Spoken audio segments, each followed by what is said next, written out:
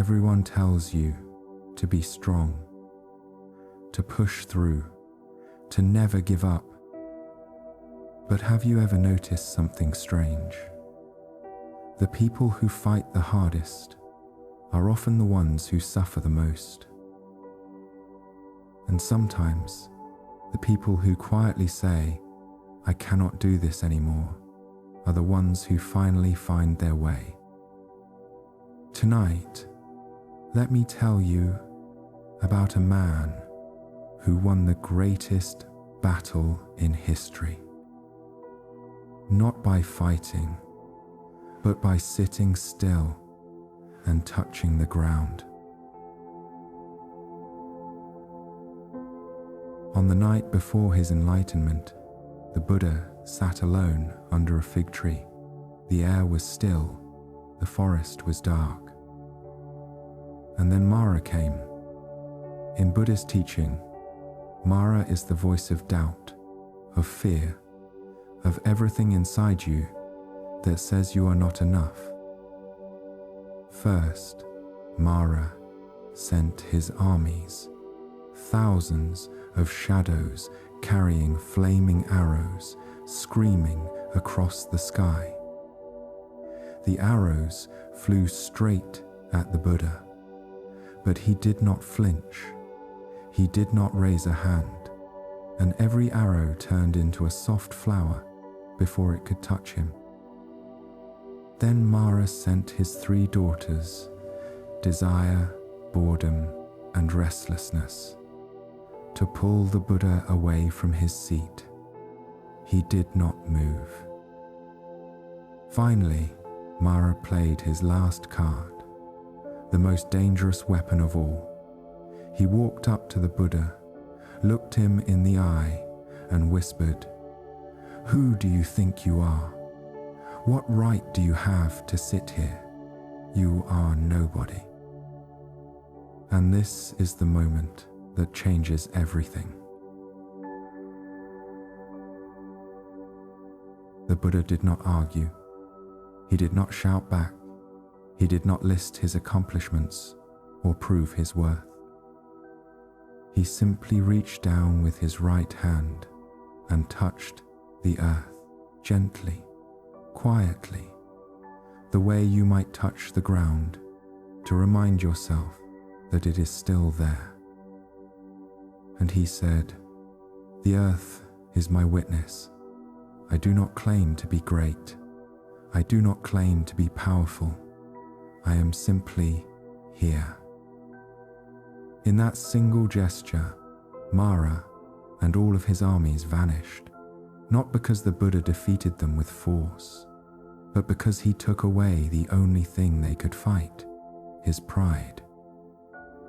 This is what Buddhist psychology calls the end of mana.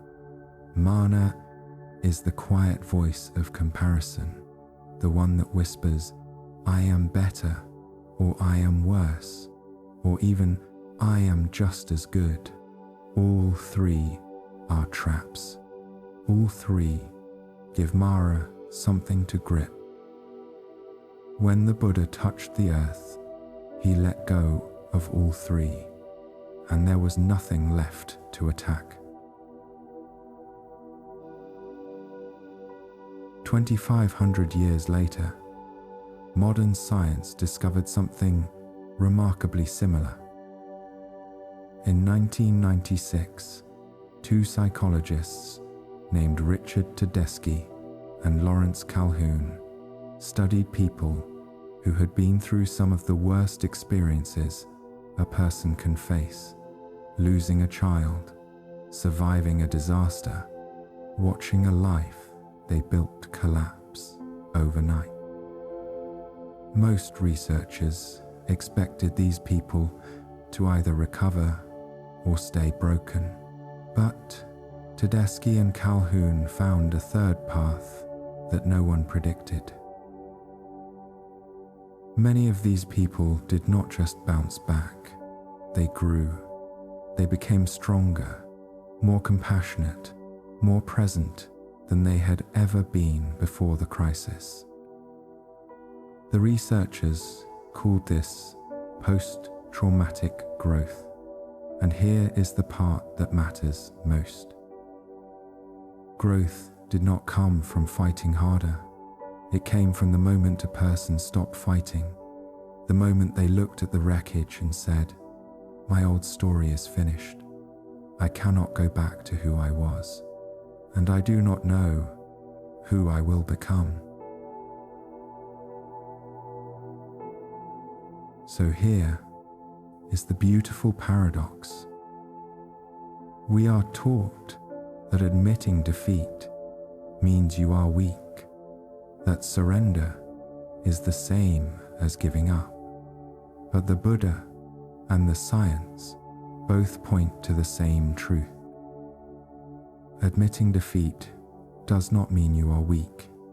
It means you are finally honest, and honesty is the only foundation strong enough to hold a real life. As long as you pretend everything is fine, you are building on sand.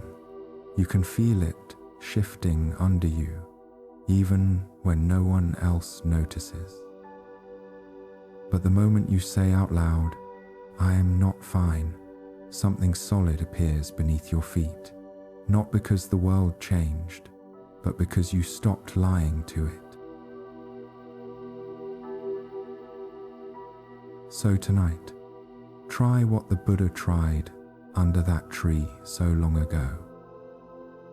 Stop fighting, stop defending, stop trying to prove that you are enough.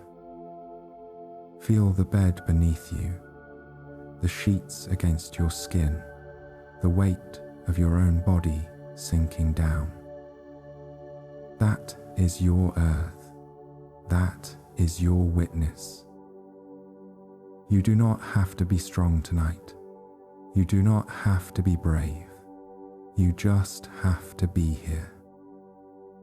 And that has always been more than enough. Good night.